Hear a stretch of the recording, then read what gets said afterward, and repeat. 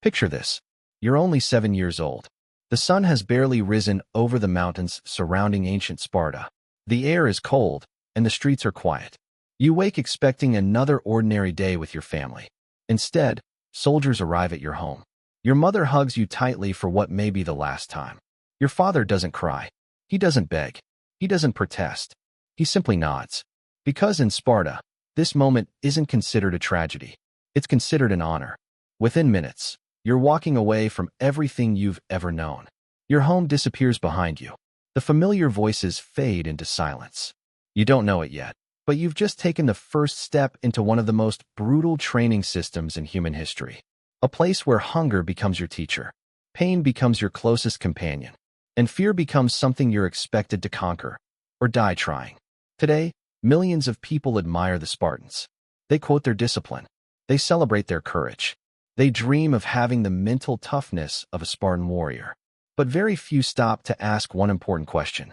What did it actually take to create a Spartan? The answer is far darker than most people imagine. This isn't the Hollywood version. This is the reality. And once you hear it, you'll never look at Spartan history the same way again. In most societies, childhood is a time of protection. Children are encouraged to play, to learn, and to make mistakes. Ancient Sparta saw things very differently. To Spartan leaders, childhood was not something to protect. It was something to shape. The moment a boy turned 7 years old, he entered the agoge, the state's military training system. From that day forward, he no longer belonged primarily to his family. His loyalty belonged to Sparta. His fellow trainees became his brothers. Every day had one purpose: to prepare him for war. Imagine how terrifying that must have been. One day you're sleeping in your own home.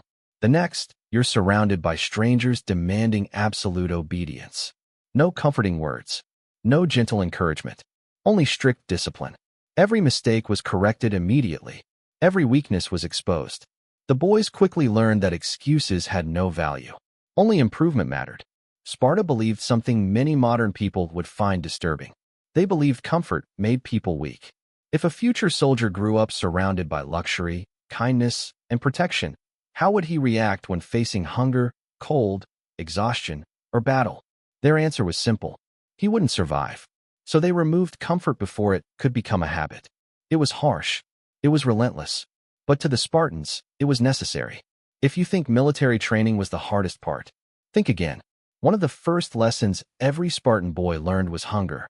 Meals were intentionally small, just enough to keep them alive, never enough to satisfy them. Every day, their stomachs reminded them that survival required more than strength. It required intelligence. The instructors wanted them to feel hungry, because hunger forced them to think. It sharpened their awareness. It taught patience. It demanded creativity. Eventually, the boys were expected to steal food.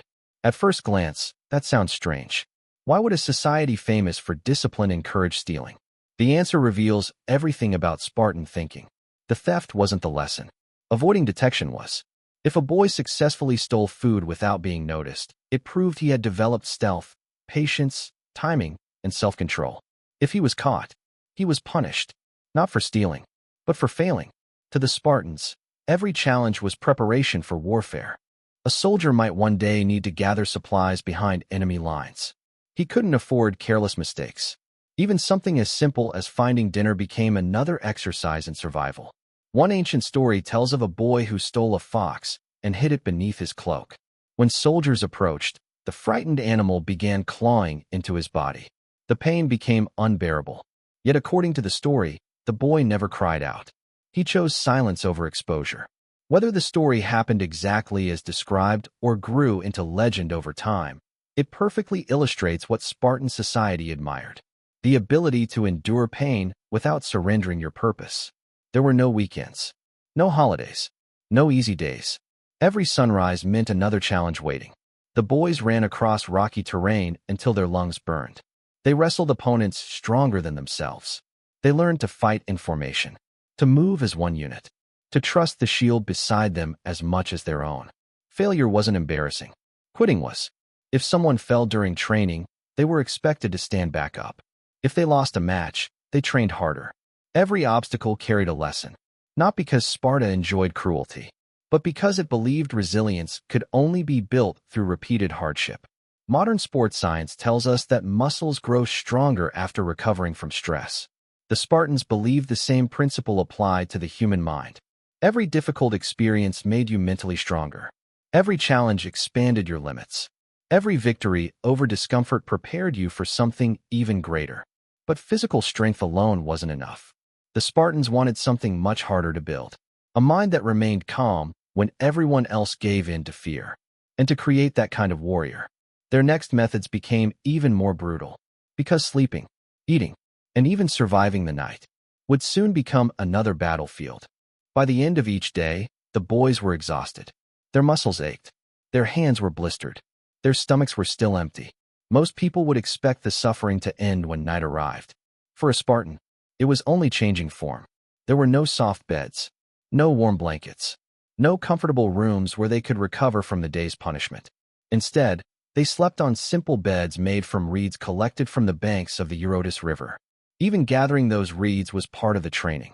The boys weren't allowed to use knives or tools. They had to pull the sharp reeds out with their bare hands. The edges sliced their fingers. The cold water numbed their skin. But no one cared how uncomfortable it was. That was the lesson. The Spartans believed that dependence on comfort created weakness. A soldier who could only sleep in perfect conditions would struggle during a military campaign.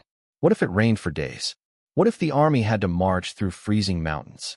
What if the ground beneath him was covered in rocks instead of grass? Nature would never adjust itself for a warrior. So the warrior had to adjust himself to nature. Night after night, their bodies slowly adapted. The cold became familiar. The discomfort became normal. And what once felt unbearable eventually became just another part of life.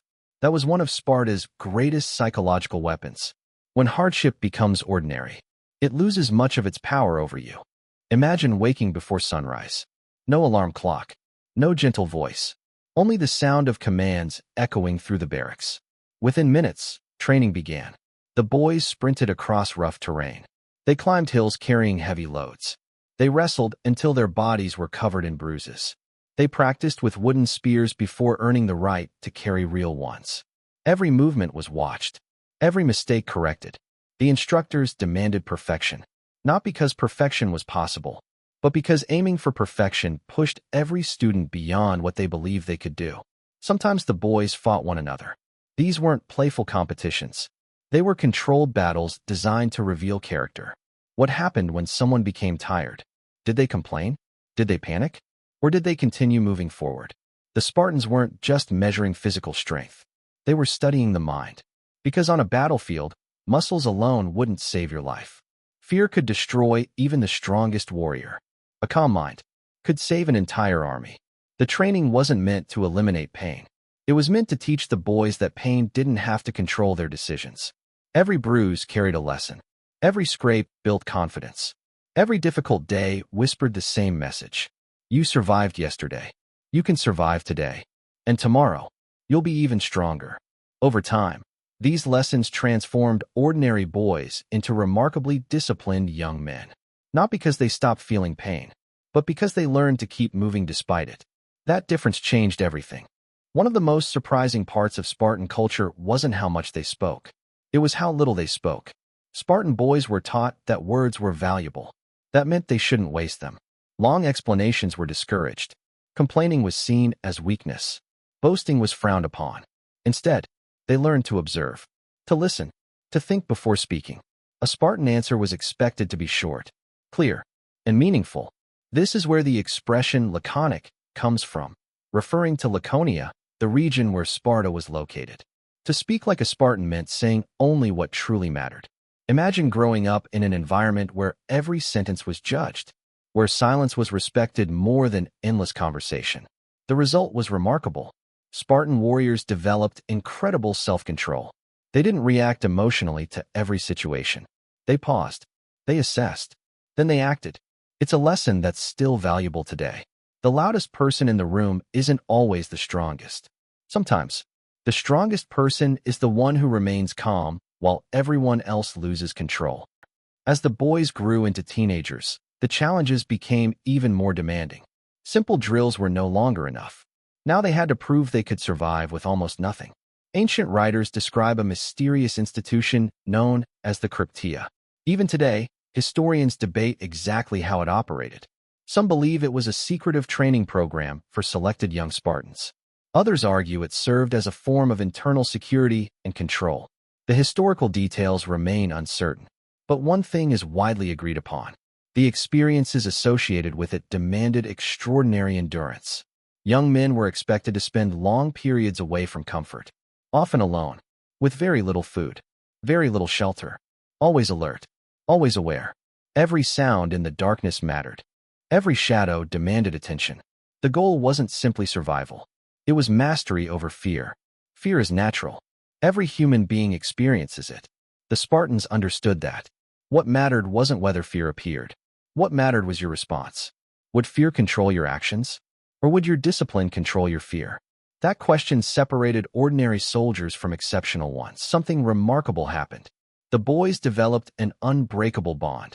They had suffered together, starved together, failed together, improved together. Those shared hardships created trust. On the battlefield, that trust became one of Sparta's greatest strengths. A Spartan warrior didn't fight for glory alone. He fought for the man standing beside him. He trusted the shield on his left, and he protected the warrior on his right. The famous Spartan phalanx wasn't powerful simply because of weapons.